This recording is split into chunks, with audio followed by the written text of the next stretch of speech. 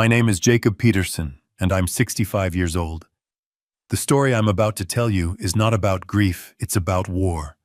It began 1 week after I buried my wife of 40 years. My son and my daughter-in-law called an inheritance meeting. They sat across from me in the boardroom built on my sweat and my wife's soul and made their demand. My daughter-in-law Brenda smiled a smile colder than a Chicago winter and said, "Now that the old woman is gone, you'll sign the company over to my husband and learn to fend for yourself." I smiled right back. Because what she didn't know was that my lawyer was about to walk in not with a will, but with a single sealed envelope. A document that would unravel a 40-year-old secret and burn her entire world to the ground. If you believe that loyalty is earned, not inherited, hit that like button and subscribe because you're going to want to see how this ends. The appearance of Kenji Ishikawa was like dropping a block of ice into a glass of whiskey. The room, already cold, became glacial. Brenda shot him a look, a flicker of irritation crossing her perfectly made-up face. She hadn't anticipated him. This was supposed to be her ambush, a swift, clean strike against a grieving old man. Her voice was laced with sarcasm. "Kenji, what a surprise. I wasn't aware this family meeting required legal counsel." I kept my own voice flat, devoid of emotion. "This isn't a family meeting, Brenda. You just made that clear. This is business, and Kenji is the company's lawyer." I paused, letting the words hang in the air. "He's always present for important business meetings." Kenji gave a professional nod, but said nothing. He placed his leather briefcase beside his chair, but remained standing, a silent, imposing presence. He knew his role right now was to be a witness.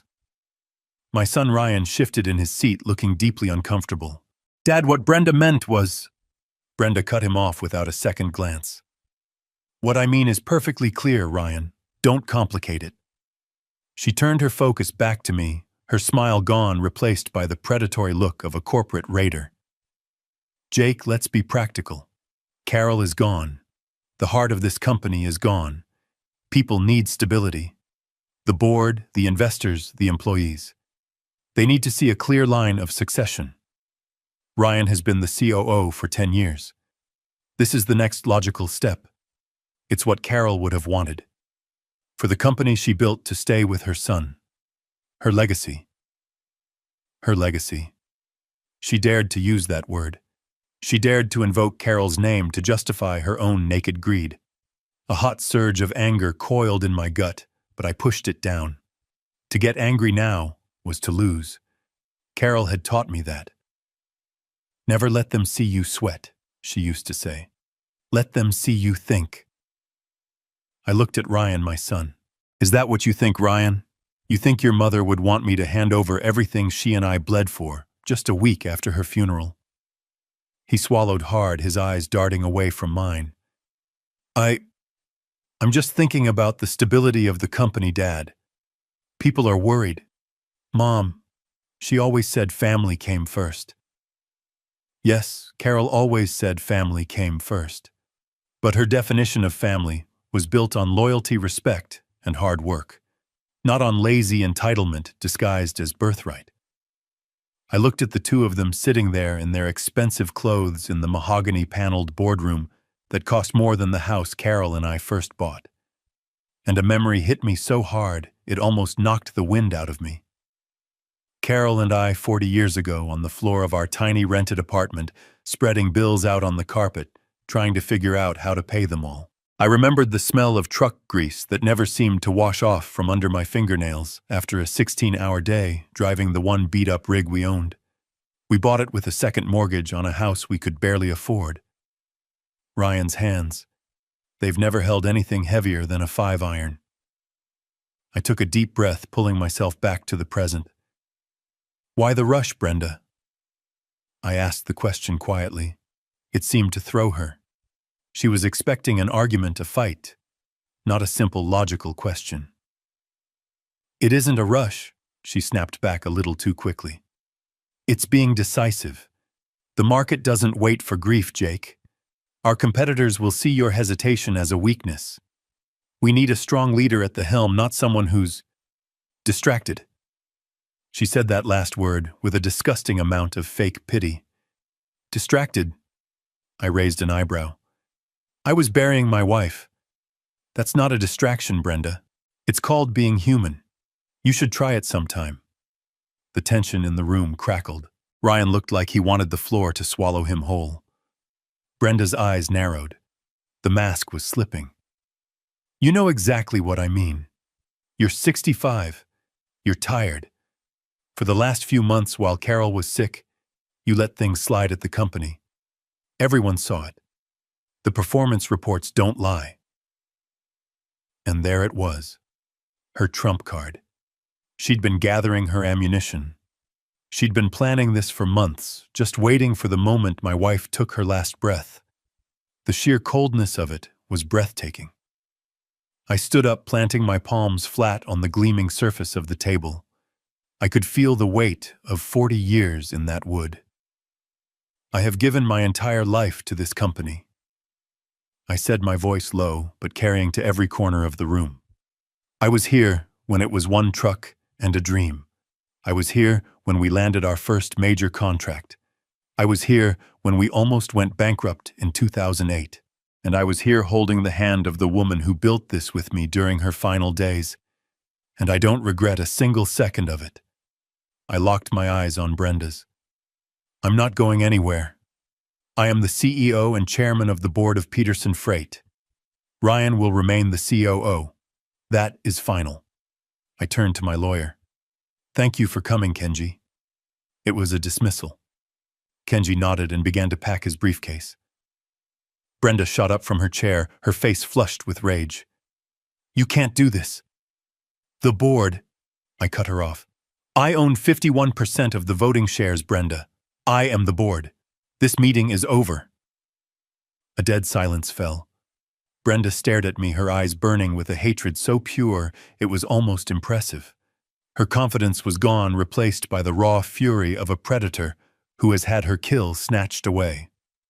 Fine, she hissed, her voice dripping venom. Play it that way, old man. We'll see how long you last when the board sees your latest performance reviews. You're a relic, Jake. And relics belong in a museum, not in the CEO's chair. With that, she turned on her heel and stormed out, dragging a stunned and silent Ryan behind her.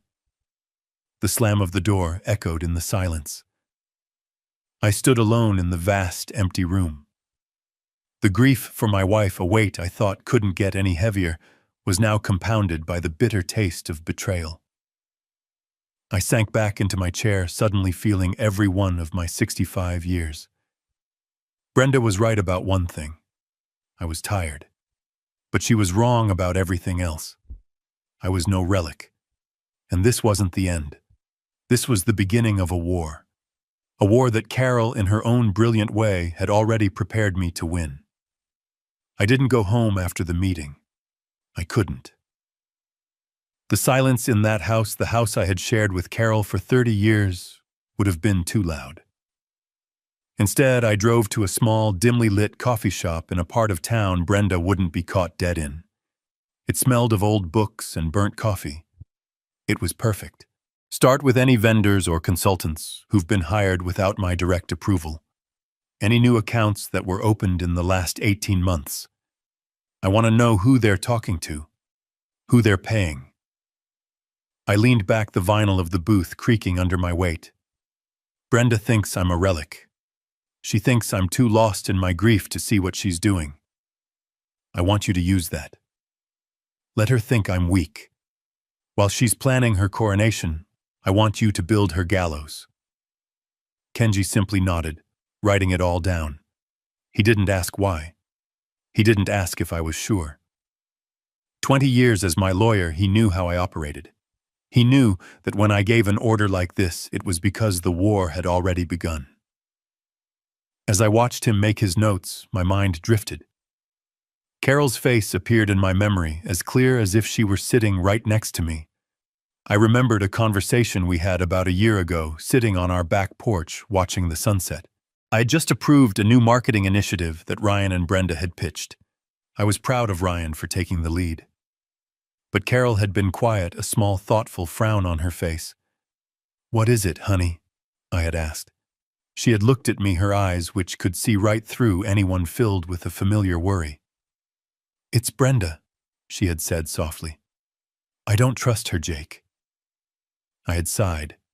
It was an old argument. "She's ambitious, Carol. That's a good thing. She pushes Ryan." Carol had shaken her head slowly. "No, it's more than ambition. She looks at Ryan and she doesn't see a husband. She sees a stock option. She looks at Peterson Freight and she doesn't see a family legacy. She sees a prize to be won." I had dismissed it at the time, told her she was being too harsh, that she was just being a protective mother. Now, sitting in that dingy coffee shop, her words echoed in my head with the force of a prophecy. She had seen it all. She had seen the vulture in Brenda long before I did. I had been blinded by my love for my son and my desire for a peaceful family. I see now she wasn't being harsh. She was being observant, and I had let her down by not listening. A wave of regret washed over me, so powerful it almost took my breath away. But regret wouldn't win this fight.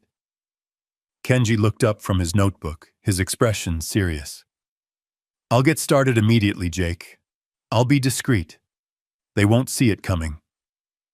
I gave him a grim nod. "Good," I said, my voice harder than I intended. "Make sure of it." This was for Carol. I would not let the woman who saw my son as a stock option inherit the empire my wife had helped me build. I would protect her legacy, even if it meant tearing my own family apart to do it. 3 days passed in a blur of forced normalcy. I went to the office. I signed papers. I sat in meetings and nodded at projections on a screen that meant nothing to me. Every face I saw was a question. Was this person loyal? Did they know what Brenda and Ryan were planning? The entire company, my life's work, suddenly felt like a hostile country. I was sleeping in my home office on a leather couch that smelled of old paper and Carol's faint perfume.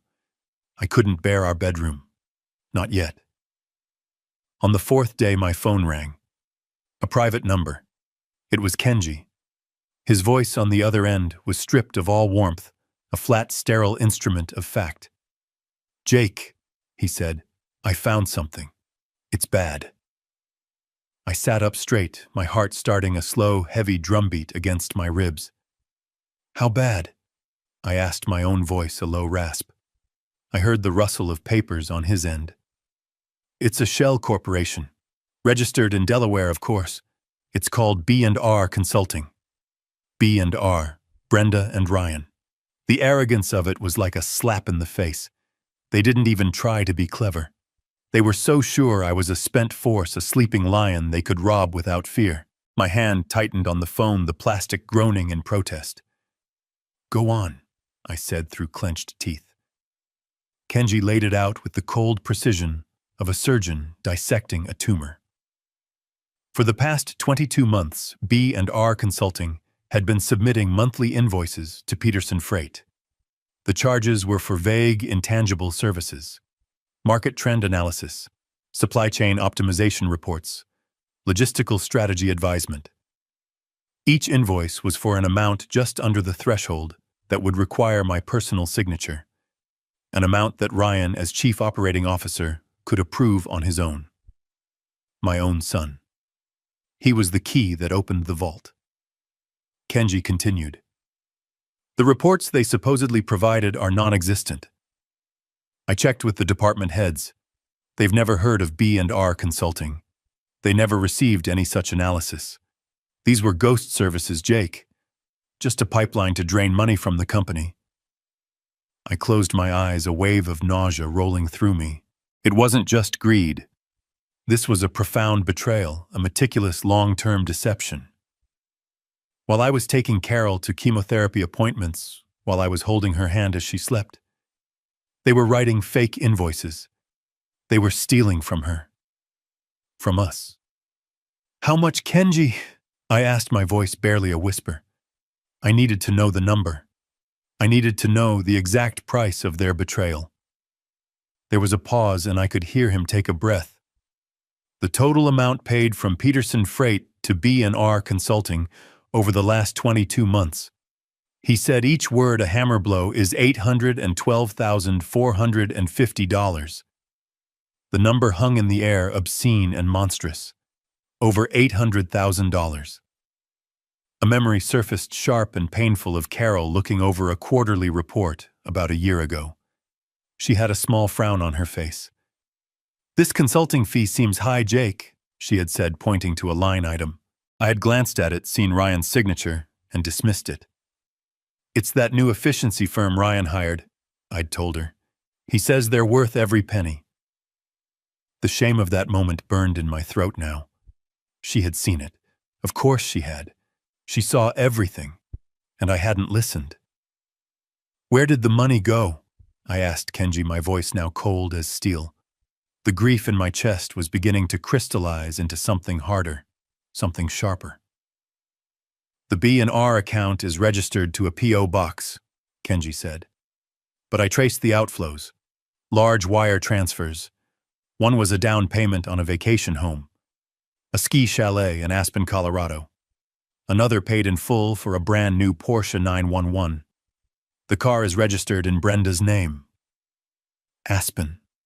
A Porsche. They weren't just stealing to build a nest egg. They were living a fantasy life on a foundation of lies funded by the company his mother had given her life to build. They were laughing at us. I stood up and walked to the window looking out over the city lights of Chicago. "I want more, Kenji," I said, my voice dangerously quiet. "This is a good start. But I want everything. I want to know where every single dime went. I want the deed to the house, the title to the car, the credit card statements linked to the account. I want a timeline of every purchase they made with that stolen money. Get it all." "I'm already on it, Jake," he replied. "Consider it done." I hung up the phone and stood there for a long time watching the city breathe below me. The grief was still there, a cold stone in my chest. But now it had a new companion. A cold, clear, and righteous anger. The rules of engagement had changed. This was no longer a boardroom dispute. This was a crime scene, and I was done being the victim. The $800,000 was a body blow, but it wasn't the knockout punch. It was ugly, a straightforward case of embezzlement. But it felt incomplete. It felt like a symptom of a deeper disease. Brenda was greedy, yes. Ryan was weak, yes. But Carol had been suspicious before the stealing had gotten this bad. I remembered her frown a year ago. She wasn't just worried about consulting fees. She was worried about something more fundamental. The money explained Brenda's motive, but it didn't explain Carol's deep, quiet fear in her final months. I needed to understand what Carol knew, and Kenji, with all his financial trackers, couldn't find that. There was only one person left who had been inside that room with us, someone who had seen the unfiltered truth of our family's final days. Maria Sanchez, Carol's private nurse.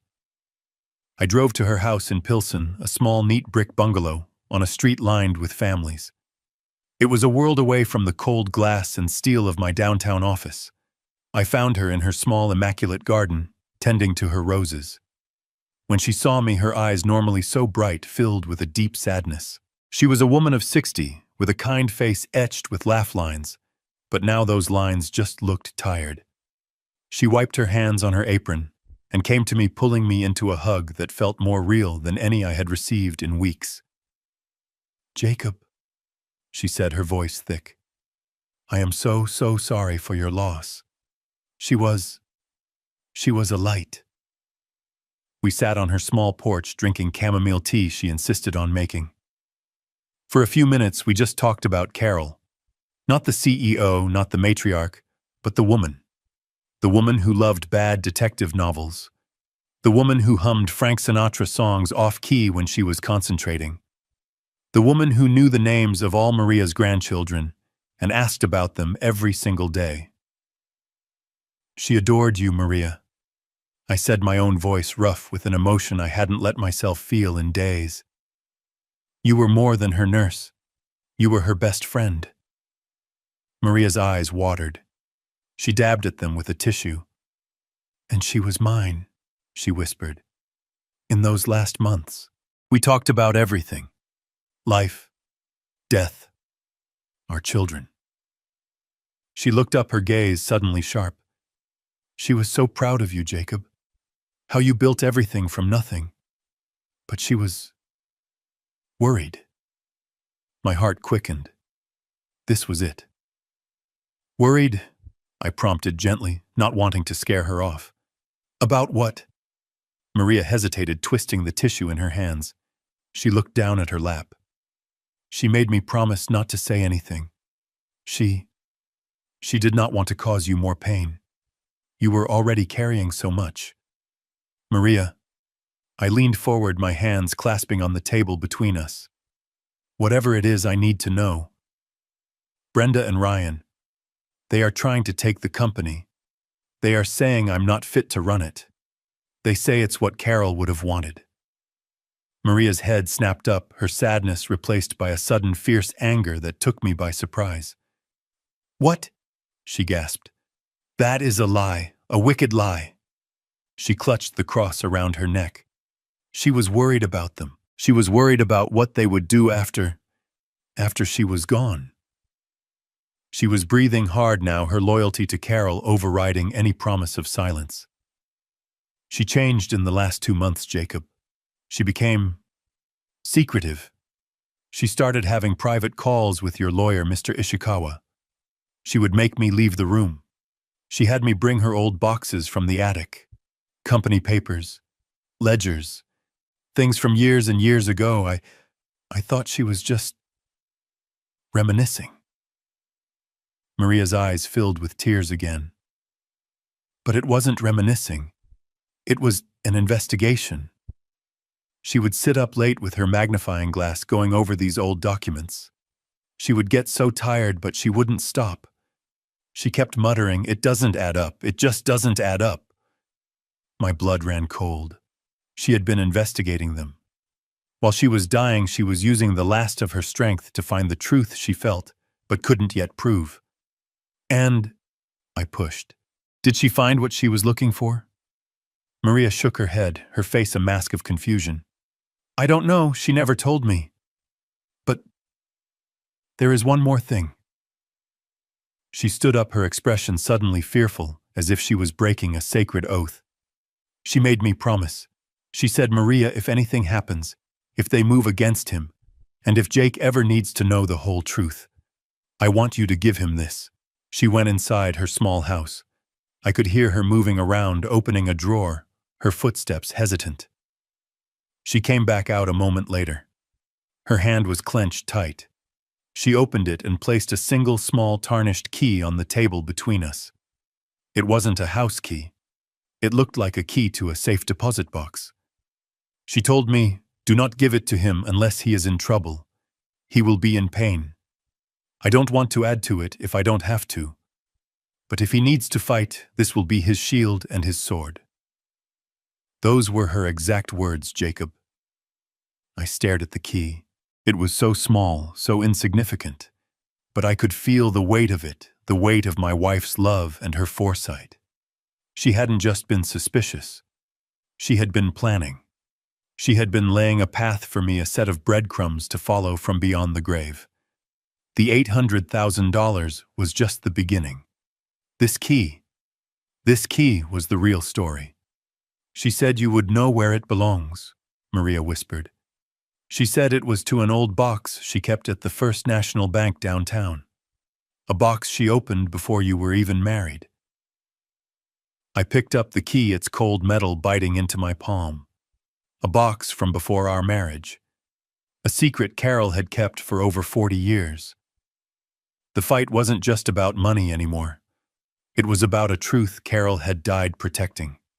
And I was about to unearth it. Thank you, Maria, I said, my voice thick.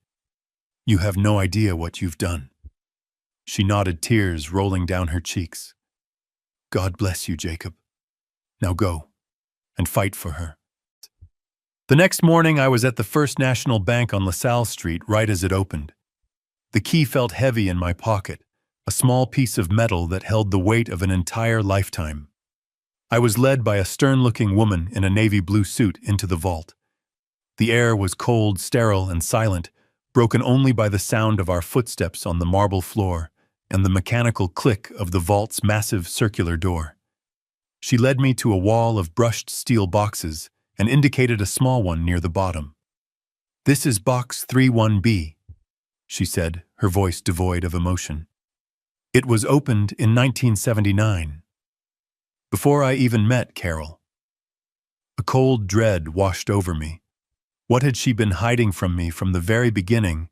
I was left alone in a small private viewing room. Just me, a desk, a chair, and the heavy, cold metal box. My hands were trembling slightly as I took out the tarnished key. It fit perfectly. I inserted my own key from the bank, turned them both, and heard a satisfying heavy thunk. The lock was open. I pulled the long, narrow box out of its slot. It was heavier than I expected. I placed it on the desk and just stared at it for a moment. This was it. The sword and the shield. The whole truth that Carol was so afraid to burden me with. I lifted the lid. There was no velvet lining, no glittering jewels, no stacks of cash. It was just full of paper. Old yellowed paper that smelled of dust and time. My eyes scanned the contents, my heart hammering in my chest. At the top was a small, faded photograph of a young Carol, one I had never seen before, looking beautiful but impossibly sad. Beneath it, a bundle of letters tied with a faded silk ribbon. And under those two official-looking documents. I picked up the first one. It was a birth certificate. My breath hitched. The name on it was Ryan Peterson. My son. I ran my finger down the lines past his date of birth to the space for the parents' names. Father Jacob Peterson. And then I looked at the line for mother. The name written there in crisp typed ink was not Carol. It was a name from a life I had buried 45 years ago. A name I never ever thought I would see again. My blood turned to ice. It didn't make sense. And then I saw the second document.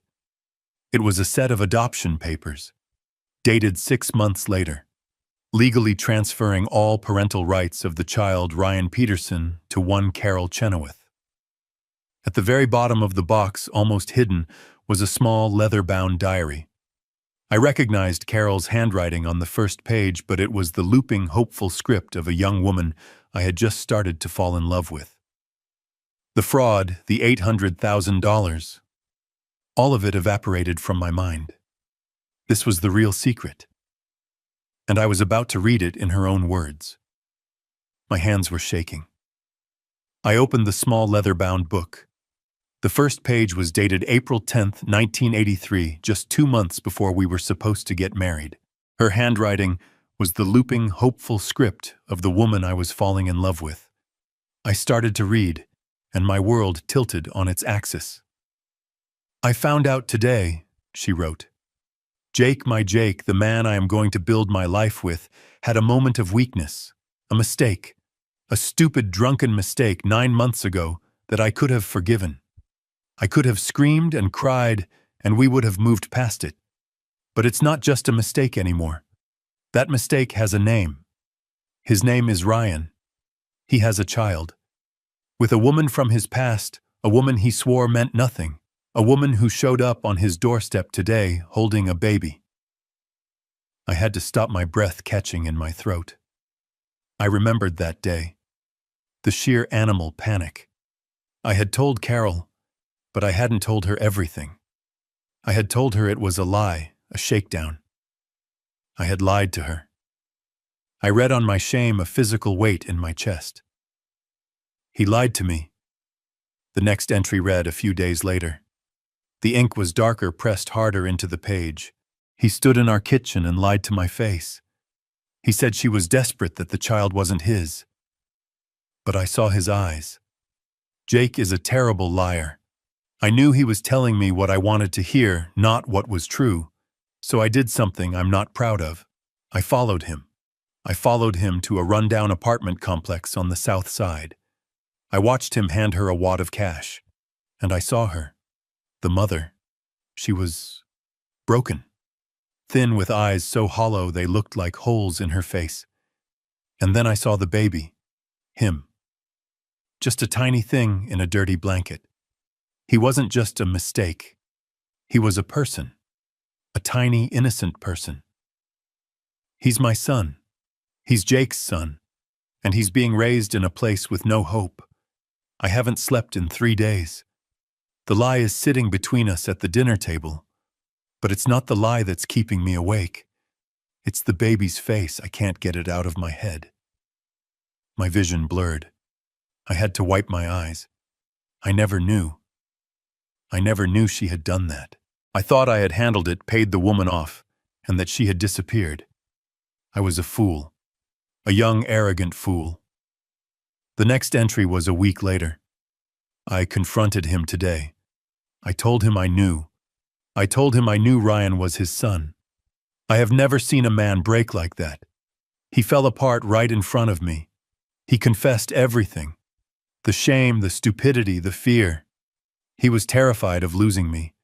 And in that moment, seeing him so broken, my anger just evaporated. It didn't disappear, it just changed. It turned into a terrible, heavy sadness. Because I had a choice to make. A choice that would define the rest of my life. I could leave. I could walk away from this man I loved, this man who had betrayed me, and I would be justified. Everyone would say I did the right thing. Or I could stay. I could forgive an unforgivable act. I could raise another woman's child as my own. I went to see her again, the mother. Without Jake. I went and I talked to her. She doesn't want him. Not really. She wants money. She wants a different life. She looked at this beautiful baby boy, and all she saw was a millstone around her neck. And in that moment I knew. He wasn't her son, he was mine. Today I made my choice. I sat Jake down. I told him my terms. We will adopt the child. We will pay the mother, and she will sign away her rights, and she will disappear forever. And Ryan will be our son. My son. We will raise him and love him and give him the life he deserves. But there is one condition. My one unbreakable condition. He will never ever know the truth. He will never know he is the product of my husband's greatest shame. He will only know that he is my son and that I love him. I am not doing this for Jake. I am not doing this for me. I am doing this for the boy. I am building our family on a foundation of forgiveness. I will make this our strength, not our weakness. I will love this child so fiercely that the lie becomes the truth. He will be my son. The pages that followed were a blur of legal meetings, adoption papers, and then joy. Entries about his first steps, his first word. Mama. She had circled it, underlining it 3 times. The diary was full of her love for him. A love so pure, so absolute, that I had never for 1 second in 40 years doubted it. She hadn't just adopted him. She had claimed him with a love more powerful than blood. I read for an hour, my hands tracing her script. Near the end, there was an entry from just 5 years ago, after Ryan and Brenda's wedding. Brenda, I don't know about this girl. There is something hard about her, something calculating. I see the way she looks at Ryan, not with love, but with ambition. Like he's a stepping stone. It worries me. He is a good boy, my boy, but he is soft. He has never had to fight for anything. I've made sure of that. Maybe I made him too soft. Maybe in protecting him from the truth, I forgot to teach him how to see it in others. I closed the book. My body was shaking, not with anger, but with a profound, earth-shattering awe. The woman I had loved for 40 years, the woman I had mourned for a week, was a giant. Her capacity for love, for forgiveness, was something I couldn't even comprehend. She hadn't just forgiven my betrayal. She had taken my greatest shame, my deepest secret, and she had transformed it into our family. She had built our entire life on an act of impossible grace. And now the very son she had saved, the son she had loved as her own, was siding with a woman who wanted to destroy everything she had built. The stealing the $800,000, it was all layered on top of this. A betrayal of a sacrifice I had never even known she'd made. I sat there, in the cold, silent vault, holding the diary to my chest. And for the first time since her funeral, I wept. I wept for her strength. I wept for my own blindness. And I wept for the son I was about to lose. I spent the next 2 days in a daze.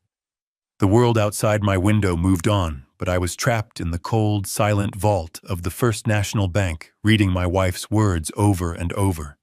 Her diary sat on the mahogany desk in my home office, a silent testament to a 40-year-old act of love. I would pick it up, trace her handwriting with my fingertips, and try to comprehend the sheer scale of her sacrifice. The house no longer felt just empty. It was filled with the ghost of a truth I never knew existed. The doorbell rang on the third evening, a sharp, impatient sound that sliced through my quiet contemplation.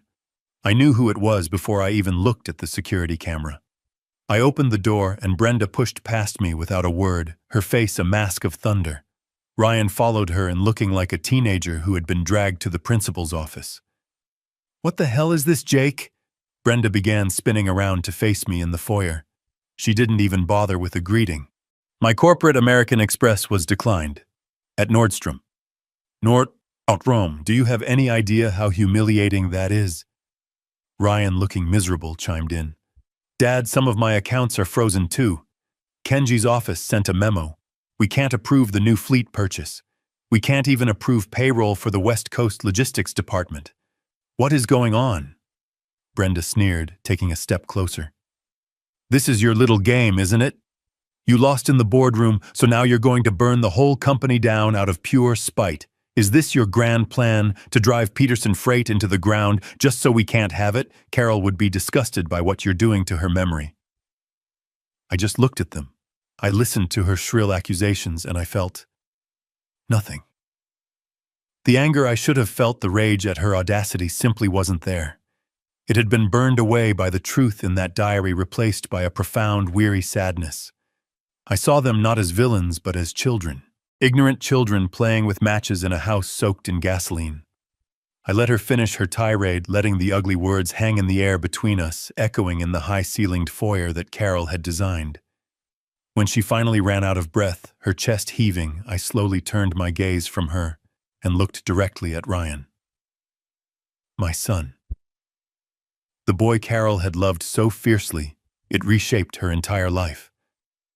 My voice when I spoke was quiet, but it seemed to command all the air in the room. I'm just protecting your mother's legacy. Brenda let out a short, incredulous laugh. Her legacy is the company, you senile old fool. I didn't look at her. I didn't even acknowledge she had spoken. I kept my eyes locked on Ryan. Her entire legacy, I repeated slowly, letting each word land with its own weight. The parts you know about, and the parts you don't. I let the silence stretch, letting the implications sink into the space between us. Then I delivered the blow, a question that was also a weapon. Are you sure you know what that legacy is, son? The effect was instantaneous. It was like I had spoken in 2 different languages at once. Brenda's face contorted, first in confusion, then in pure rage. What is that supposed to mean? Stop talking in riddles. What are you hiding? But Ryan didn't hear her. He just stared at me, his face suddenly pale. The word legacy had hit him in a way it couldn't hit Brenda. For her, it was a synonym for money and power. For him, it was about his mother. The woman who had read to him every night. The woman who had nursed him through the flu. The woman whose funeral he had just attended. My question had bypassed his greed and struck something deeper, something he couldn't name. A flicker of genuine doubt, perhaps even a pang of guilt, crossed his face. He was thinking about his mother, truly thinking about her, and he was realizing that he didn't have an answer to my question. I held his gaze for a moment longer. The accounts are under a temporary administrative review, I said, my voice now shifting to the cool, detached tone of a CEO. It is a standard procedure recommended by legal counsel to protect the company's assets during a period of leadership transition. It's just business. I turned and started walking back toward my office. Now, if you'll excuse me, I have a lot of work to do. I left them standing there in the foyer, Brenda fuming and speechless, Ryan looking lost and utterly confused. I didn't need to show them the door. The power in the room had shifted completely and irrevocably. They hadn't come here and cornered a grieving widower. They had walked into a minefield they didn't even know existed. And I had just shown them the first tripwire. The psychological advantage I gained in the foyer was a foothold, but I knew Brenda wouldn't back down. She was like a cornered snake. She would only become more venomous. It was time to stop playing defense. It was time to set the trap. The next morning I sent the email. It was a work of art in corporate warfare. Brief, cold, and utterly official. It was a summons for an emergency meeting of the board of directors of Peterson Freight to be held in 24 hours. The agenda item was listed simply as a review of executive operational conduct and fiduciary responsibilities. It was a declaration of war. I could picture Brenda reading it, a triumphant smirk spreading across her face. She would see it as a sign of weakness, the last desperate move of a cornered king. She'd think I was foolish enough to fight her on her own turf in front of the very people she'd likely been poisoning against me for months. She would spend the next day preparing her arguments, marshalling her performance reports, ready to paint me as an emotional, grieving relic unable to lead. She would be preparing for a boardroom brawl. She had no idea she was walking into an ambush. The morning of the meeting, I chose my suit with care. A dark charcoal suit Carol had bought for me on our 35th anniversary. She said it made me look powerful. Today, I needed that power. As I knotted my tie, I didn't see a tired, grieving man in the mirror. I saw a soldier. I wasn't dressing for a meeting. I was putting on armor. I was in the boardroom a full hour early. I watched them on the security feed as they walked through the lobby of the building I had built. Brenda led the way, her stride brisk and confident, a shark gliding through familiar waters. She was smiling, nodding at employees performing the role of the queen-in-waiting. Ryan trailed a half step behind her, his expression a familiar mixture of anxiety and borrowed arrogance. He looked like a man being led to a battle he wasn't sure he could win but was too afraid to question his general. When they entered the boardroom, the low chatter from the other 4 board members died instantly. I was already seated at the head of the table, my place. Kenji was to my right, his briefcase open, a neat stack of 6 thick, spiral-bound folders placed precisely in front of him. Each folder was a nail for their coffin. Brenda's confident smile faltered for just a fraction of a second as she took in the scene. The room was cold. The atmosphere was sterile. This wasn't the chaotic, emotional confrontation she had prepared for. This was a clinical, organized proceeding. She looked at me, a question in her eyes. I met her gaze with a calm, unreadable expression. She and Ryan took their seats. They thought they were here to stage a coup. They didn't know it yet, but the meeting wasn't a debate. It was a sentencing. I let the silence in the room stretch for a full 10 seconds. I stared at the polished table, then slowly raised my eyes. I looked at each board member one by one. Mike Sullivan, who'd been my first ever driver, and now ran our entire West Coast operations. Sarah Jenkins, our CFO for 20 years, a woman so sharp she could find a rounding error in the federal budget. David Lee and Tom Fletcher, 2 of our earliest investors who had believed in Carol and me when we were nothing. These were not just board members. They were family. Or so I had thought. Finally, I looked at Brenda. You wanted this meeting. I began, my voice quiet but firm. You've been telling people I'm not fit to lead, that I'm distracted, that I'm a relic. You believe it's time for a change. So please, Brenda, the floor is yours. Tell us all what you think. It was a trap. She swam right into it. She straightened her spine, gave a sympathetic, rehearsed look to the other board members, and launched her prepared speech. Thank you, Jake. And I want to say we are all grieving with you. Carol was the heart of this company, which is why this is so difficult. She proceeded to lay out for nearly 10 minutes a case built on half-truths and corporate buzzwords. She pointed to missed meetings I'd missed, to be at Carol's bedside. She highlighted delayed decisions I'd postponed, to focus on my wife's final days. She painted a picture of a company adrift, led by a man lost in the past, a man who had lost his edge. We need a strong, clear-eyed leader to guide us forward, she concluded, placing a perfectly manicured hand on Ryan's arm. Ryan has the vision, he has the drive, and it's what Carol would have wanted. The room was heavy with the implication. The other board members looked uncomfortable, glancing at me, then at their notes. Ryan sat there preening under her praise, a puppet king. Brenda smiled triumphant. She thought she had won. She thought the debate was about my competence. I let her smile hang in the air for a moment. Then I turned to Kenji. Kenji, I said, my voice cutting through the tension. You have the floor. Brenda's smile vanished. What is this? This is a board matter, not a legal one.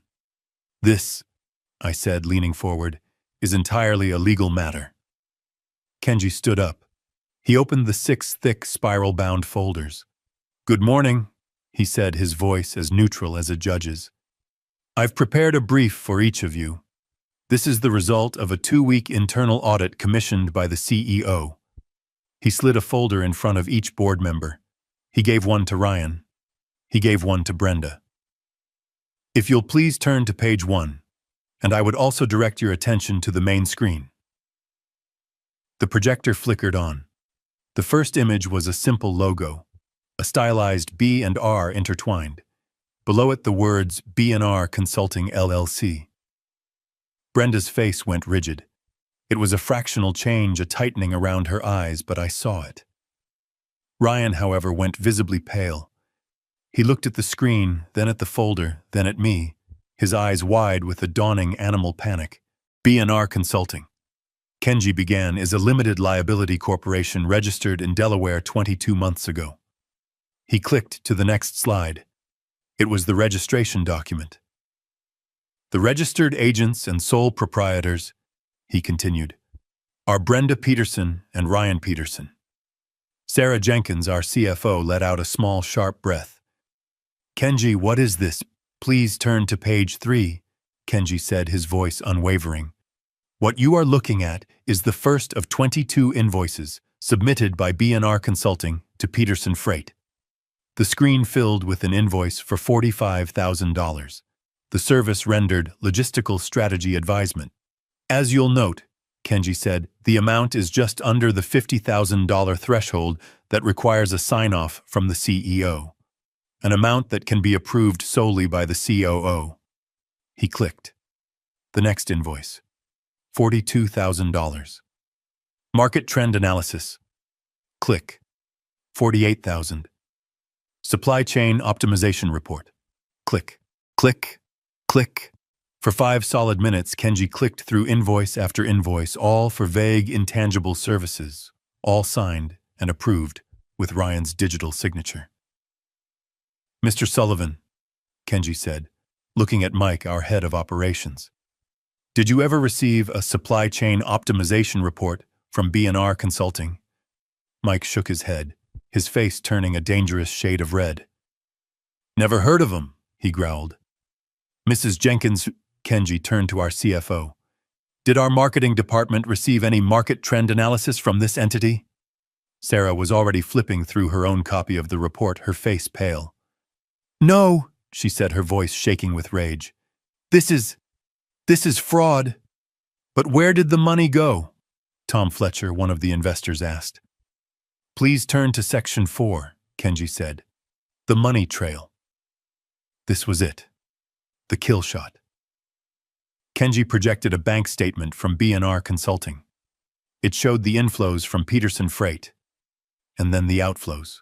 Exhibit A, Kenji said, A wire transfer for $250,000 dated March 12th of this year. He clicked. The next slide was a property deed. That transfer was a down payment on this. A 5-bedroom ski chalet in Aspen, Colorado. The property is deeded solely in the name of Brenda Peterson. Brenda shot to her feet. This is an outrage that was a legitimate real estate investment. This is private financial information. It was purchased with stolen company funds, Kenji stated flatly, not raising his voice, which makes it company business. He clicked again. Exhibit B, a wire transfer for $160,000 dated June 1st. The next slide, a vehicle registration. Payment in full for a 2023 Porsche 911. The vehicle is registered, also to Brenda Peterson. You son of a... Mike Sullivan started to rise, his fists clenched. I put a hand on his arm and he sank back into his chair, breathing like an angry bull. Brenda was losing it. Her face was flushed, her voice shrill. Those were performance bonuses, compensation for our consulting work. Ryan approved them. It's all perfectly legal. Was it legal, Mrs. Peterson? Kenji asked, his voice suddenly sharp. When you used the funds to pay off over $75,000 in personal credit card debt. He clicked again. Amex statements. Neiman Marcus. Cartier. And finally, Exhibit C. The remaining balance of the B&R consulting account, $402,000, was transferred 2 days ago, the day after our last meeting, into this private high-yield savings account. He projected the account statement. Jointly owned. Ryan Peterson and Brenda Peterson. Kenji let the image hang on the screen. Then he put up the final slide. It was just a number in a large black font. $812,450. This is... David Lee, the investor, was speechless. He just stared at Ryan. Ryan had completely crumbled. He wasn't even looking at the screen. He was white as a sheet, his hands visibly trembling. He looked like a child. It was consulting, he stammered, his voice cracking. Brenda said it was... She said it was standard. A management fee. She handled all of it. You signed the approvals, Ryan. Sarah Jenkins hissed, her voice dripping with contempt. You signed every single one. Brenda, seeing her puppet fall apart, tried one last time. She pointed a shaking finger at me. He's doing this. He's twisting it. He's a vindictive old man, and he's trying to frame us because he's lost his mind. He's grieving. He's incompetent. All eyes turned to me. I had been silent for the entire presentation. I sat there letting her accusation hang in the air. I looked at the number on the screen. $800,000. I looked at my son, who couldn't even meet my eyes. Then I looked at her, my daughter-in-law, her face a grotesque mask of rage and panic. I leaned forward, my hands clasping on the table, and I spoke, my voice low, filled with a cold, clear sadness that was more terrifying than any shout. You are correct about one thing, Brenda. I was grieving. I paused, letting the room hold its breath. Kenji, can you please go back to the timeline of the invoices? Kenji clicked. The dates popped up. March, April, May, June, July. While my wife, I said, my voice dropping, was in a hospital bed learning she had weeks to live, you were writing invoices for market trend analysis. I pointed to the April transfer. While I was holding her hand, listening to her tell me she was scared. You were wiring a down payment for your house in Aspen. I pointed to the June invoice. And in the week we brought her home for hospice. The week I didn't sleep. The week I sat by her side and watched the strongest person I have ever known fade away. You were signing off on a check for your new Porsche. I stood up. The room was deathly silent. Even Brenda was speechless, her mouth half open, the blood draining from her face. I looked at Ryan.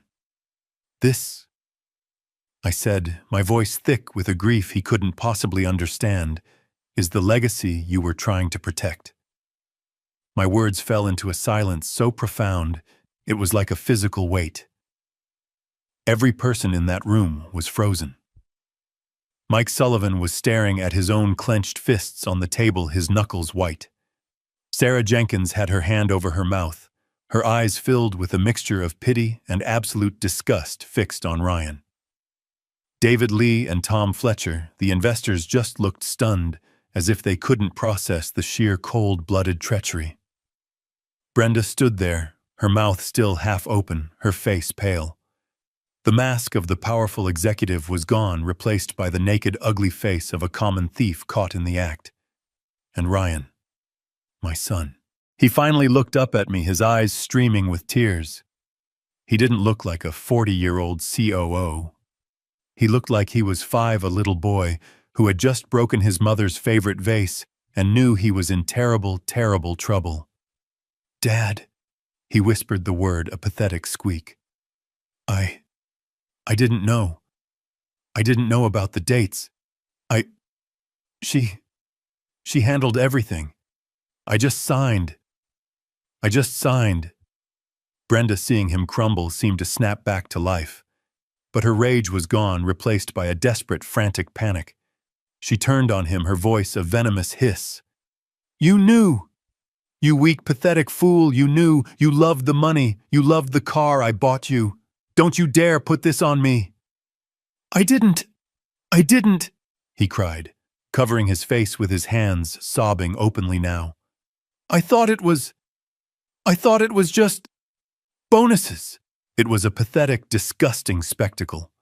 A husband and wife tearing each other apart to avoid the falling blade. I had seen enough. "That is enough," I said. My voice wasn't loud, but it cut through their frantic whispers like a scalpel.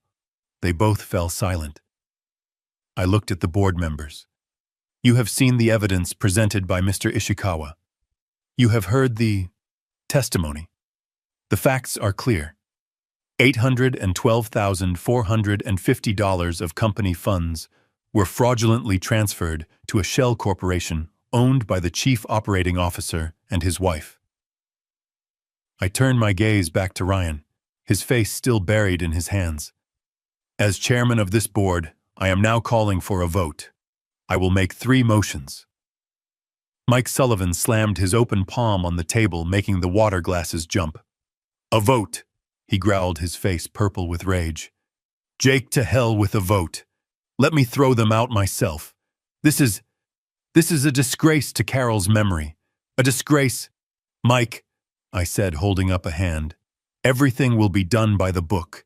Everything will be official. This is how we restore order." I looked at Sarah Jenkins. "Sarah, do you have anything to say before I proceed?" She took a shaky breath, removing her hand from her mouth. She looked directly at Ryan. "I helped hire you, Ryan," she said, her voice trembling with a cold fury. "I watched you grow up. Carol was so proud of you. She bragged about you. She bragged about your MBA, about how smart you were." She shook her head, her eyes welling with tears of anger. What you've done, it's not just theft, it's desecration. You let this woman," she spat the word, glancing at Brenda, "lead you by the nose into robbing your own mother's legacy. While she was dying. God, Ryan, how do you live with yourself?" Ryan just wept harder, his shoulders shaking. I stood tall. "Motion 1, I said, my voice resin. Type. I move that the board immediately terminate the employment of Ryan Peterson for gross misconduct, breach of fiduciary duty, and corporate fraud, effective immediately. I second the motion. "Oh," Mike Sullivan roared before I had even finished the sentence. "All in favor," I said. Every hand in the room besides Ryan's and Brenda's shot into the air. "Opposed?" I asked into the silence. Brenda just stared at me, her eyes dead. The motion passes unanimously. Ryan Peterson is no longer an employee of Peterson Freight. I didn't pause. Motion 2. I move that the board immediately and permanently bar Brenda Peterson from all Peterson Freight properties and that all her corporate accounts and access privileges be revoked effective immediately. Second, said Sarah Jenkins, her voice like ice. All in favor. Again, every hand went up. The motion passes unanimously. Brenda looked like she had been struck. She understood what I was doing. This wasn't just a firing. This was an excommunication. Finally, I said. Motion 3. I move that the board authorize our legal counsel, Mr. Kenji Ishikawa, to pursue all available civil and criminal charges against Ryan Peterson and Brenda Peterson to recover the $812,450 plus damages and to cooperate fully with the district attorney's office in their inevitable prosecution. I second it, said Tom Fletcher, the investor, his face grim. All in favor. Every hand went up. The motion passes unanimously. It was done. In less than 3 minutes, their lives as they knew them were over. Brenda was staring at me, her face a blank mask of shock. The reality of what had just happened was crashing down on her. The money, the house, the car, the charges, the jail time. Ryan was still just crying. A broken 40-year-old child. I pressed a small button on the console in front of me. It buzzed the security desk in the lobby. Kenji, I said, please hand over the evidence binders to the security officers when they arrive. They will escort Mr. Peterson and Mrs. Peterson from the building. The door opened, and 2 uniformed security officers stepped inside. They were large men, and their presence suddenly made the room feel very small, very real. Jake, Dad, please, Ryan whispered, looking up at me, his face a mess of tears and snot.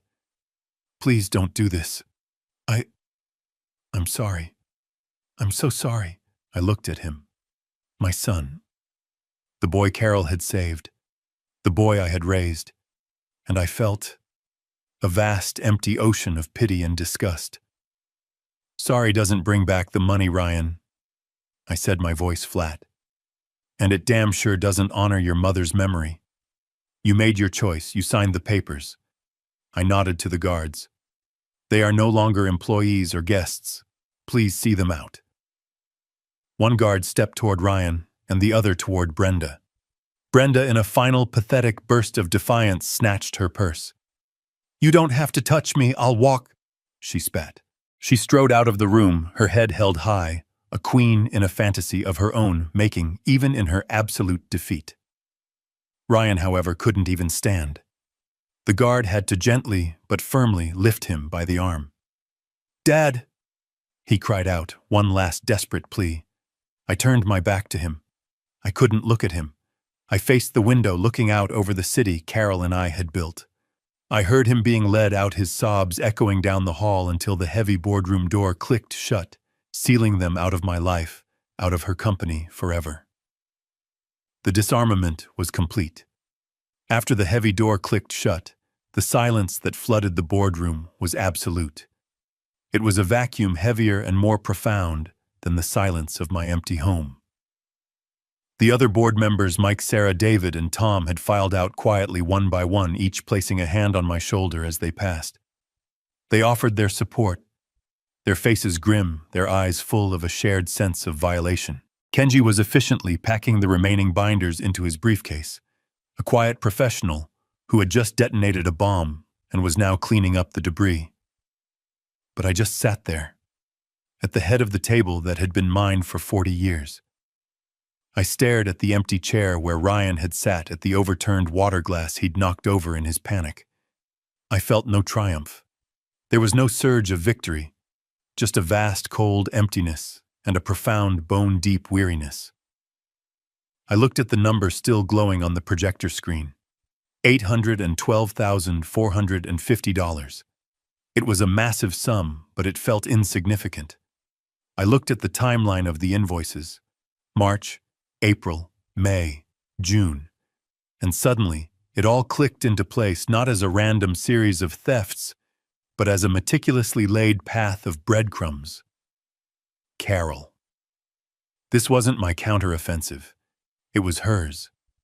Every single step I had taken in the last 2 weeks, I realized I hadn't been walking alone. I had been following a map she had drawn for me, her strange, secretive calls to Kenji in her final months, her request for Maria to bring her old ledgers and company papers from the attic, her casual throwaway comment a year ago about the consulting fees being high, her warning to me, the one I had dismissed, that Brenda saw Ryan as a stock option. She had seen it. She had seen the rot long before I did. She knew she was dying. She knew I would be blinded by my grief. And she knew better than anyone that my love for Ryan was a weakness Brenda would exploit.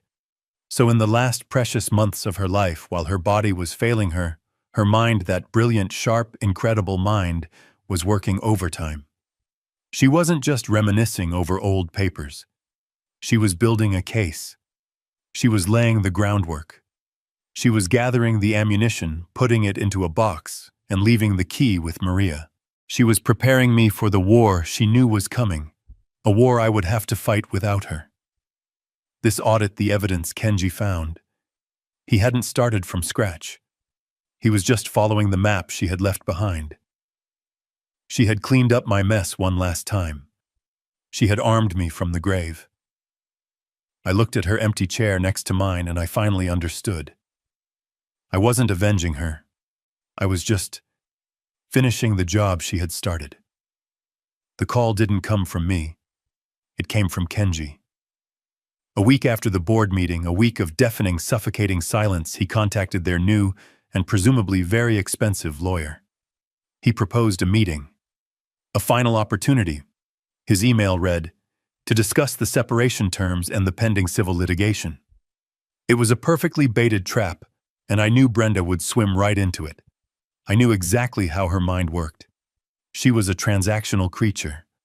To her, everything was a negotiation. She would see this as a lifeline. She'd be convinced that I wouldn't really want the humiliation of a public criminal trial. Father sues son for embezzlement. The headlines would be terrible for the Peterson Freight brand. She would think she was coming to barter. She would trade her silence for my mercy. She would try to leverage her marriage to Ryan, her status as the mother of my grandson, to avoid jail time, and maybe, just maybe, walk away with some kind of severance. She still thought this was about the $800,000. She still believed she had a card left to play. And Ryan would just be there, a hollowed-out shell dragged along by her desperate, frantic hope. Kenji's office was on the 50th floor, a glass box of steel and gray marble that overlooked the Chicago River. It was nothing like my warm, mahogany-paneled office. This place was cold, sterile, and impartial, the perfect, unforgiving setting for what was about to happen. I was already seated at the head of the long glass conference table when they were shown in. Kenji sat to my right, his posture as rigid as the skyline behind him. The door opened. They looked diminished. The week had not been kind. Brenda's usual designer power suit was replaced by something less sharp, something that looked store-bought. Her makeup was applied a little too thickly, a brittle mask of defiance painted over a base of pure animal panic. Ryan was worse. He looked like a ghost. He was unshaven, his eyes were red-rimmed and hollow, and he wouldn't look at me. He just shuffled in and collapsed into the chair furthest from me, as if trying to make himself small to disappear into the expensive upholstery. Brenda, however, arched right up to the table and dropped her purse on it with a loud thwack. "All right, Jake," she said. Her voice was brittle, forcing a strength she clearly no longer possessed. "You've had your fun. You humiliated us. You've made your point. Are you finally ready to be reasonable?" She tried to muster a sneer. "What's the offer? We won't go to trial. We'll sign a non-disclosure. We'll figure out a payment plan for the money. What's it going to take to make this go away?" I just looked at her. I felt nothing. No anger, no hate. Just a deep, profound pity for her complete and total blindness. She was still trying to haggle over the price of a used car, not realizing she was standing on a gallows. "There is no offer, Mrs. Peterson," Kenji said, his voice cutting through her bluster. "This is not a negotiation." Brenda's forced confidence wavered. "Then what is this?" she snapped, her voice rising in pitch. One last chance to gloat. One final round of humiliation before you send your own son to prison. I finally spoke. My voice was quiet, but it seemed to suck all the air out of the room. This isn't about the money you stole, Brenda. That's a separate matter. A matter for the district attorney. I nodded to Kenji, who placed a single new blue-bound folder on the table. This is about the will. Her face, which had been a mask of false bravado, finally crumpled into genuine raw confusion. The will, Carol's will. It was simple. We heard it was simple. Everything went to you. I looked at her, and for the first time I think she saw the man I had become in the last 2 weeks. That, I said, is what you were meant to believe. Kenji, please begin. Kenji took a pair of simple black-framed reading glasses from his breast pocket. It was a deliberate, methodical gesture, the kind of small action that suddenly commands the entire room. He put them on. He opened the blue-bound folder. The sound of the thick, expensive paper turning was unnaturally loud in the pressurized silence of the office. He did not look at Brenda. He did not look at Ryan. He looked only at the document. This, he began, his voice a flat, unemotional monotone, is the last will and testament of Carol Chenoweth Peterson. It was executed on August 14th of this year. Ryan, who had been staring at his own hands, looked up. His hollow eyes finally showed a flicker of confusion. August, he whispered. That was 2 months before she... Brenda's eyes narrowed. 2 months, she repeated, her voice sharp. She signed a new will 2 months ago. I watched the gears turning in her head. She was recalculating. A new will signed while she was sick. She was probably thinking Carol had cut me out or given everything to charity in a fit of emotion. Her mind couldn't even conceive of the truth. This document, Kenji continued as if they hadn't spoken, revokes all previous wills and testaments in their entirety. I will, with your permission, skip the preliminary articles regarding the disposition of personal effects and move directly to the primary articles concerning the major assets. Get on with it, Brenda snapped. Kenji turned a page. Article 3. All personal liquid assets, including, but not limited to, all bank accounts, money market accounts, and stock portfolios held solely in the name of Carol Chenoweth Peterson. Bequeath in full to my beloved husband, Jacob Peterson. Brenda let out a small, almost triumphant sigh of relief. She visibly relaxed in her chair. See, she said, forcing a smile at Ryan. It's the same. It all goes to Jake. So what is this? What's the point of this drama, Jake? I said nothing. I just waited. I knew what was coming. Kenji held up a single finger, a silent command for her to be quiet. Please, Mrs. Peterson, I have not finished. His voice was like a chip of ice. That was Article 3. We are now on Article 4. This article, he said, pausing to look over his glasses at her, concerns my client's controlling interest in Peterson Freight Incorporated.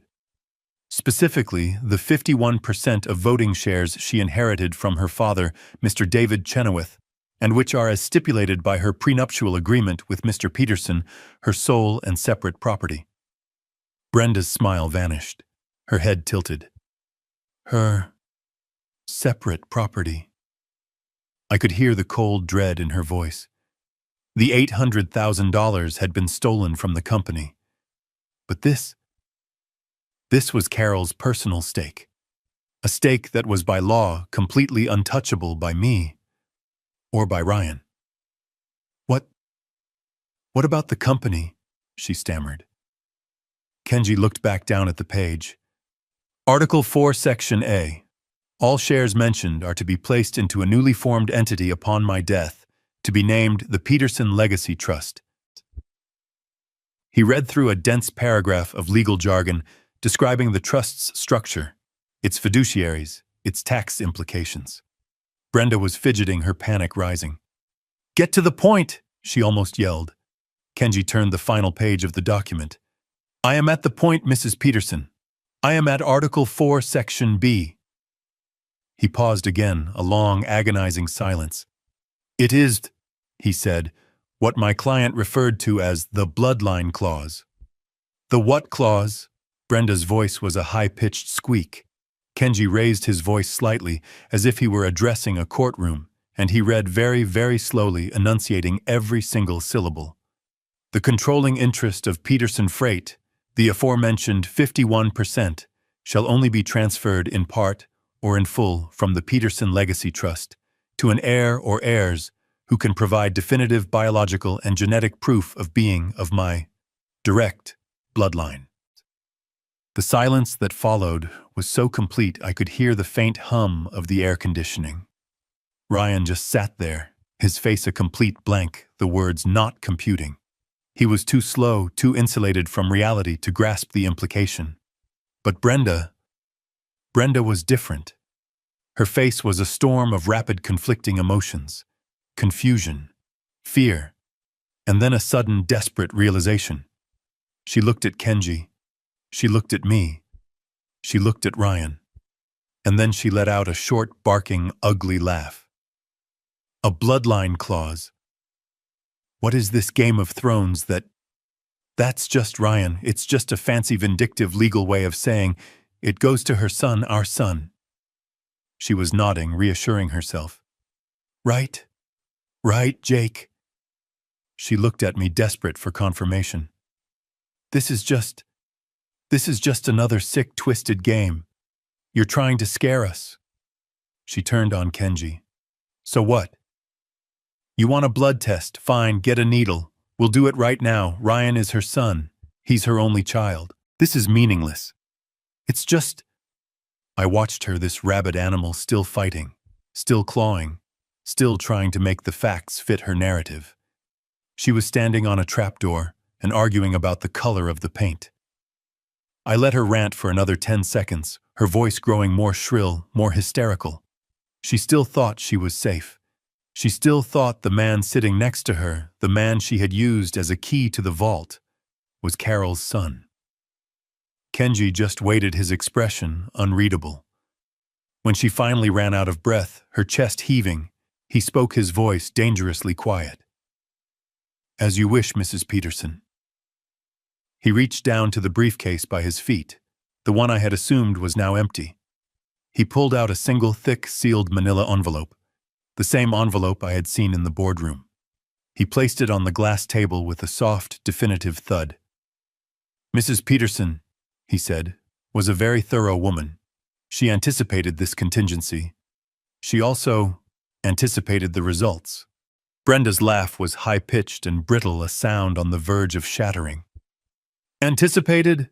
What did she leave? A sworn statement? A lock of his baby hair. This is insane. Ryan is her son.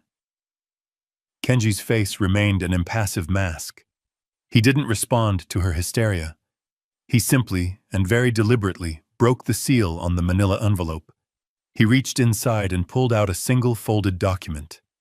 A lab report. As I said, Kenji continued, his voice cutting cleanly through her rising panic. Mrs. Peterson was a very thorough woman. In her final weeks, she was concerned about the company's future. She was concerned about discrepancies. She authorized, as part of her estate, planning a full genetic audit of her direct lineage. She provided her own sample, of course. He then turned his gaze cold and sharp as a surgeon's scalpel directly to Ryan. And Ryan, she requested a sample from you as well. Do you recall about 3 months ago when your mother insisted you have a full executive physical at Northwestern? She was so worried about your health, she said. Ryan, who had been a ghost in the chair, blinked. My physical. With Dr. Evans, yes. She said she was worried about my cholesterol. Indeed, Kenji said. She was. She also, under a private medical directive, had the lab run a full comparative DNA panel against her own sample. She wanted to confirm her legacy, to ensure the bloodline clause was ironclad. Kenji unfolded the paper. This, he said, holding it up, is the result of that comparative panel from Northwestern Memorial Hospital's certified genetics lab. He didn't need to read the whole thing. He just read the summary. His voice was flat, devoid of any drama, which only made the words more devastating. Conclusion, he read. The sample provided by Mr. Ryan Peterson and the sample provided by Mrs. Tasha Carol Peterson shows 0 common genetic markers consistent with a mother-son relationship. The probability of maternity is 0.00%. The world stopped. Ryan just stared. His mouth opened, but no sound came out. He looked like a fish gasping for air, his mind completely unable to process the words. He looked at me, his eyes wide, begging me to say it wasn't true. Brenda's face went completely, terrifyingly blank. The rapid calculations, the anger, the fear, it all vanished, replaced by a void. She looked from Kenji to the paper to Ryan, and then to me. "What?" she whispered. It was the smallest, most terrified sound I had ever heard her make. What does that mean?" I leaned forward, resting my forearms on the glass table. And for the first time I let the full weight of my grief, my betrayal, and my pity show in my voice. "It means," I said, looking right at her, "that he isn't her son." But Brenda's mind was racing, trying to find a foothold. "But he's your son, so you had an affair." She was grasping at straws, trying to find a scenario that still made sense. "You cheated on Carol?"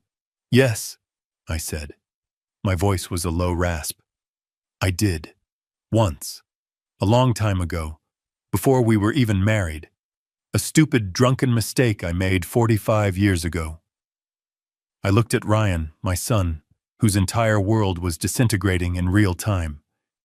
"Your biological mother, she didn't want you. She wanted money.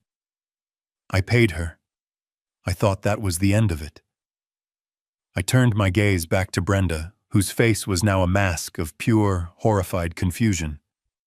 "But Carol," I said, my voice thick with an awe she could never comprehend. "Carol knew, she knew the truth, and she forgave me. She went and she found him. She legally adopted him. She raised him. She loved him. My God, she loved him more fiercely than any mother I have ever known. She loved him as her own. She made him her son in every way that mattered. But," and here my voice turned to cold steel, "she couldn't make him her blood. And her will, the will she wrote, is based on blood, not on love." The finality of it hit Brenda like a physical blow. She staggered back, clutching the table. "No," she whispered. "No. So he gets nothing. The company. He gets nothing. He gets nothing from her trust," Kenji stated flatly. "Then who?" Brenda shrieked, her voice cracking into a hysterical scream. "Who gets it? If not Ryan, then who? Did she have another kid? A secret kid?" Her laugh was a raw, broken sound. "This is insane. There is no one else." I just looked at her. I looked at my broken son, who was rocking back and forth, whispering, "No, no, no," to himself.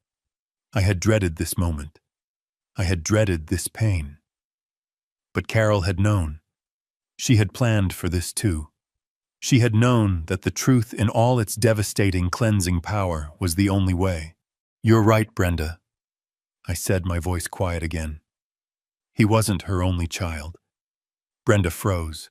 Her eyes snapped to mine. "What?" The door to the conference room opened. It hadn't been locked. Kenji had arranged for this. A woman stepped in. She was in her early 40s, perhaps 42, 43.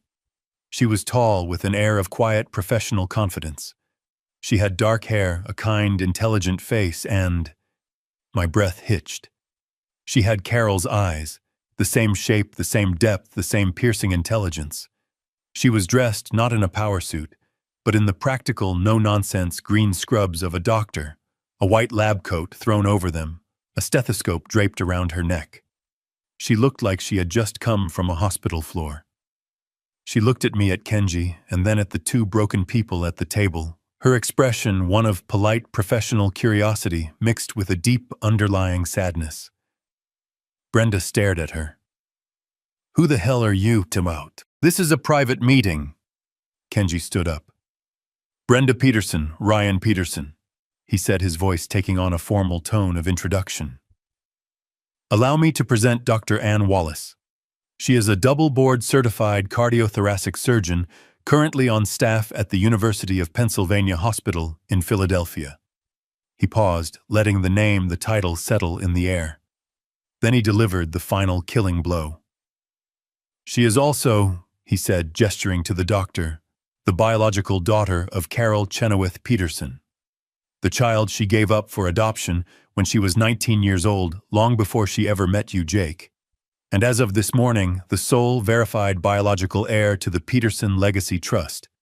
She is the new owner of 51% of Peterson Freight." The name hung in the air, a final unanswerable fact. Dr. Ann Wallace. Carol's daughter. The true heir. Brenda's face, which had been a mask of raw confusion, crumpled. It didn't happen all at once. It was a slow-motion collapse.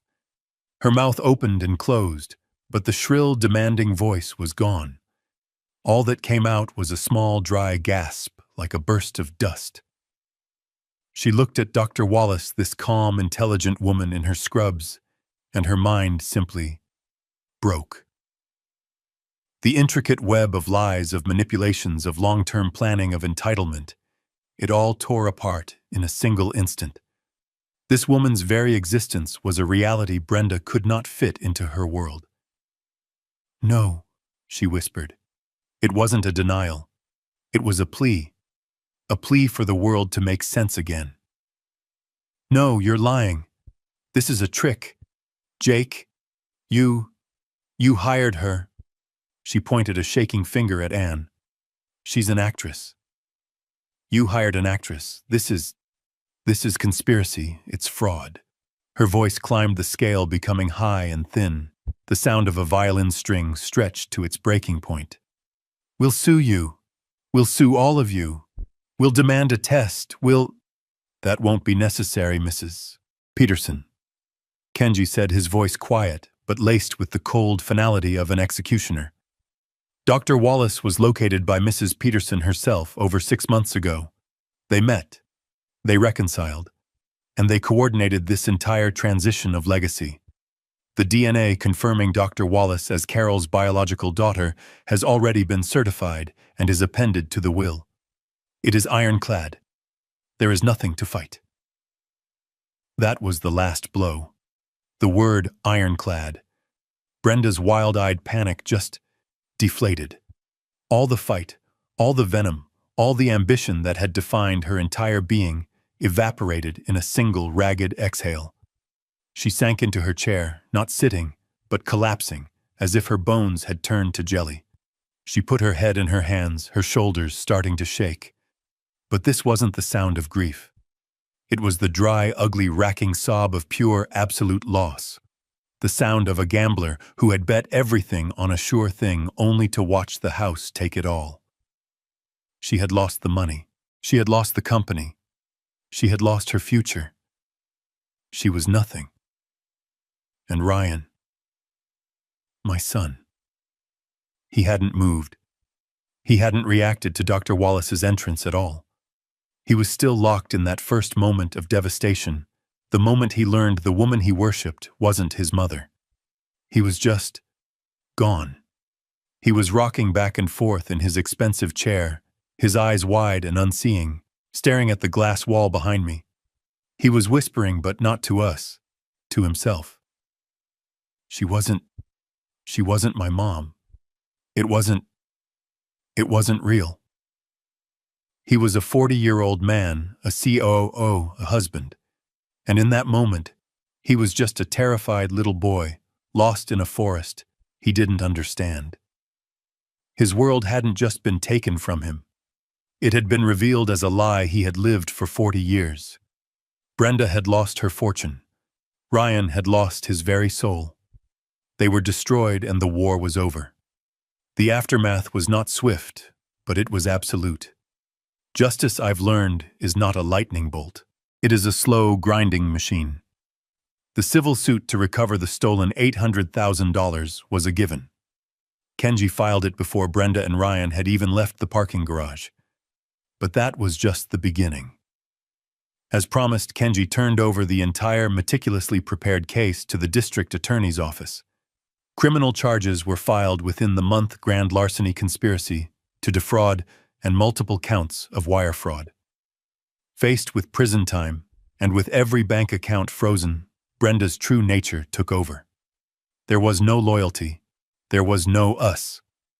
She turned on Ryan with the savagery of a cornered animal, filing for divorce, immediately claiming she was the victim, coerced by a weak-willed husband. Their divorce was a short, ugly war between two drowning rats, ending with her walking away with nothing but her own legal bills. The Aspen house and the Porsche were seized and liquidated by the company to partially cover the stolen funds. She was left exactly as she started, with nothing but her own venom and a pending criminal record. Ryan was a different story. He was a broken man. He didn't fight.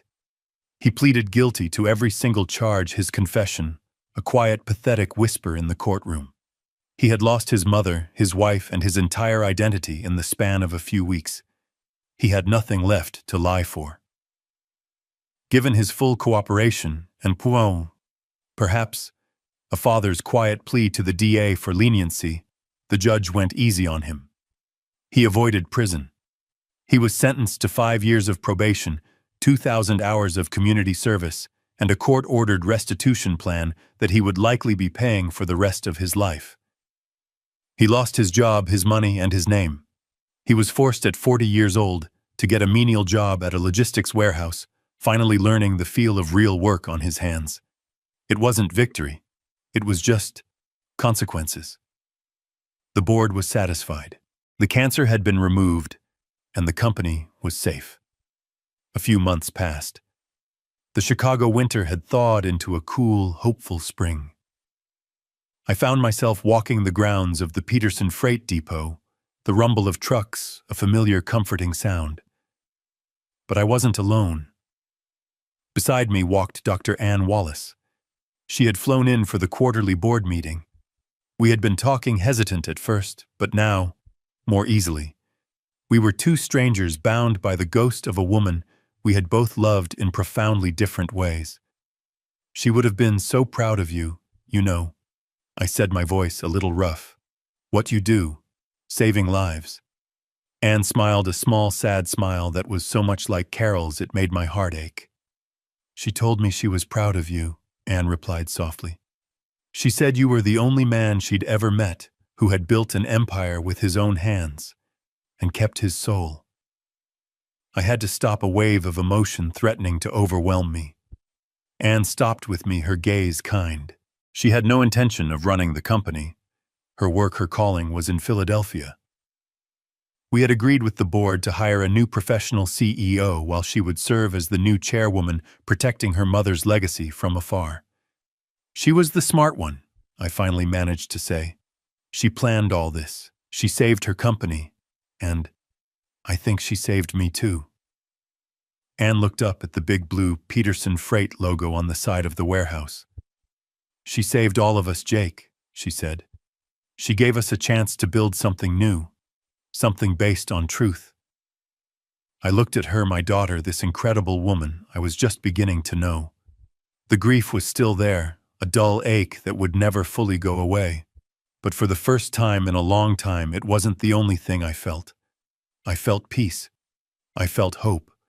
Carol's legacy wasn't just in steel and concrete. It was right here, standing next to me. And it was just beginning. This story teaches us a powerful lesson. A legacy built on deceit and entitlement is a house of cards destined to collapse. True strength isn't just in what you build, but in the wisdom to protect it. Carol's ultimate power wasn't only her incredible capacity for forgiveness, but her clear-eyed understanding that truth, no matter how painful, is the only foundation that endures. Greed and betrayal may have their moment, but they will always be unmasked by the cold, hard facts, proving that integrity is the only inheritance that truly matters. What do you think was Carol's most powerful move, her incredible act of forgiveness 40 years ago, or her final brilliant move in the will? Let me know your thoughts in the comments below. And if you believe that truth always finds a way, please like this video and subscribe for more stories just like this one.